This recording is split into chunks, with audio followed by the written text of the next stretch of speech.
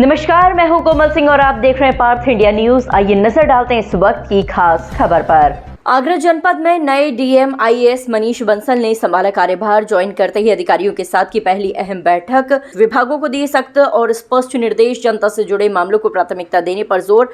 लंबित मामलों के शीघ्र निस्तारण के निर्देश। भ्रष्टाचार पर जीरो टॉलरेंस की चेतावनी। अधिकारियों को समयबद्ध और पारदर्शी तरीके से काम करने के आदेश। जन शिकायतों में लापरवाही बर्दाश्त न करने की बात। विकास कार्यों की नियमित मॉनिटरिंग के निर्देश। मेट्रो अधिकारियों के साथ बैठक।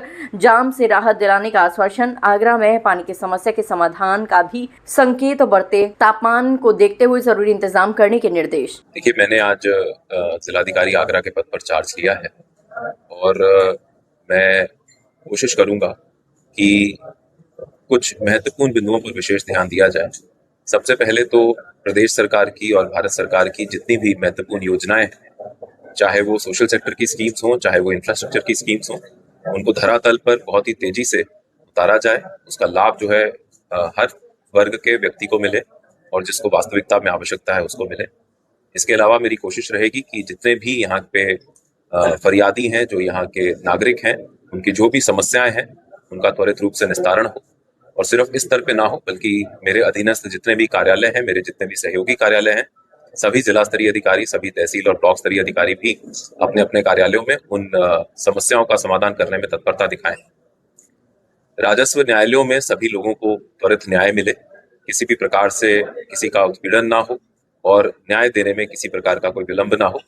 जिसको जो समस्या है उसको तत्काल उसका समाधान करवाया जाए। आगरा एक अंतर्राष्ट्रीय महत्व की नगरी है और एक बहुत ही महत्वपूर्ण जनपद भी है।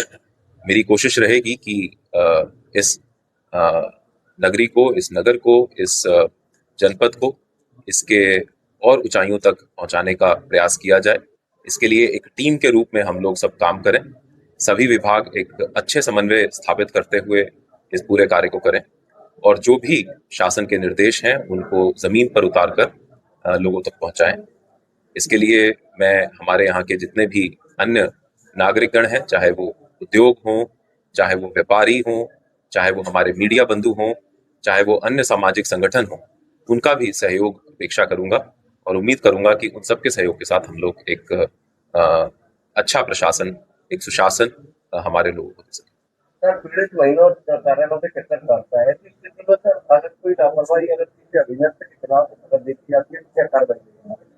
देखिए, जैसा मैंने बोला कि कोई भी व्यक्ति अगर पीड़ित है और वो किसी भी स्तर पर जाता है तो उसका समाधान जिस स्तर की समस्या है उसी स्तर पर होना चाहिए। अगर उस स्तर पर उसके जाने के बाद भी उसकी समस्या का समाधान नहीं होता है और उसको ऊपर तक आना पड़ता है, हमारे तक आना पड़ता है या और किसी ऊपर के स्तर पर जाना पड़ता है, और अगर नीचे के कार्यालयों की या किसी अधिकारी की कोई भी लापरवाही परिलक्षित होगी तो उसको सख्ती से लिया जाएगा।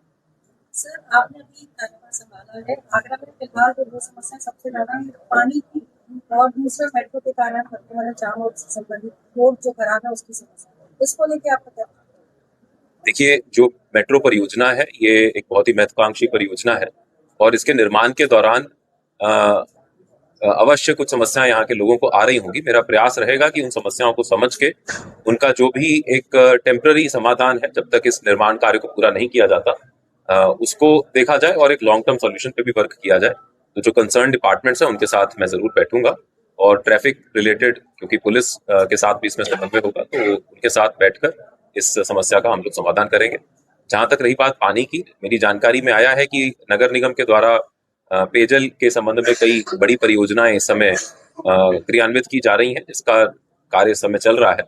उनको त्वरित रूप से उनको उनके पूर्ति तक लेके जाया जा सके और पानी जो है उसकी समस्या को समाधान किया जा सके, इसकी प्रयास करें। सर, एक और चीज, गर्मी अपने चरम पर है और मुख्यमंत्री जी ने भी कल एक एडवाइजरी जारी करी थी कि सभी जो जिले हैं वहाँ के जिलाधिकारी इस चीज को मतलब पूरा ध्यान दें कि किसी भी तरीके की गर्मी के कारण उनको समस्या नहीं आनी चाहिए, चाहे वो स्वास्थ्य संबंधी समस्या हो या रोड पे जैसे ग्रीन नेट लगाए जाते हैं इसके लिए क्या इंतजाम किया जाएगा? देखिए, ये बहुत जरूरी है कि जो हमारा राहत कार्यालय है उसके द्वारा आवश्यक एडवाइजरीज जारी की जाती हैं और इसमें कई विभागों का समन्वय आवश्यक होता है।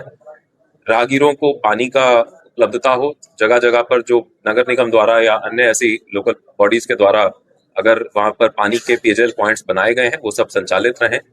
और कहीं पर भी अगर किसी व्यक्ति को कोई समस्या आती है हीट स्ट्रोक से या किसी प्रकार की, तो हेल्थ डिपार्टमेंट द्वारा उसमें उनको आवश्यक सुविधाएं दी जाएं, आवश्यक सेवाएं दी जाएं। हमारे सभी CHCs, PHCs और डिस्ट्रिक्ट हॉस्पिटल्स में विशेष वार्ड रूम्स बनाए जाएं। इस चीज पे हम लोग ध्यान देंगे। अभी मैंने हमारे सभी ऑफिसर्स को बुलाया भी है और ऐसे कुछ विशेष बिंदुओं पर चर्चा करेंगे।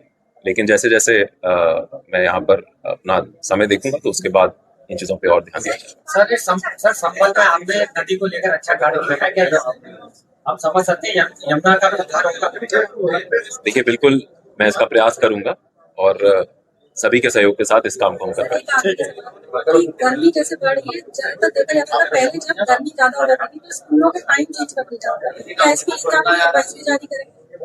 देखिए, अभी मैंने जस्ट ज्वाइन किया है और आवश्यकता पड़ेगी तो उसके बारे में हम लोग विचार करेंगे। आज के लिए बस इतना ही। ऐसे ही देश और दुनिया की तमाम छोटी बड़ी खबरों को देखने के लिए जुड़े रहिए पार्थ इंडिया न्यूज से, हमेशा सच के साथ। नमस्कार।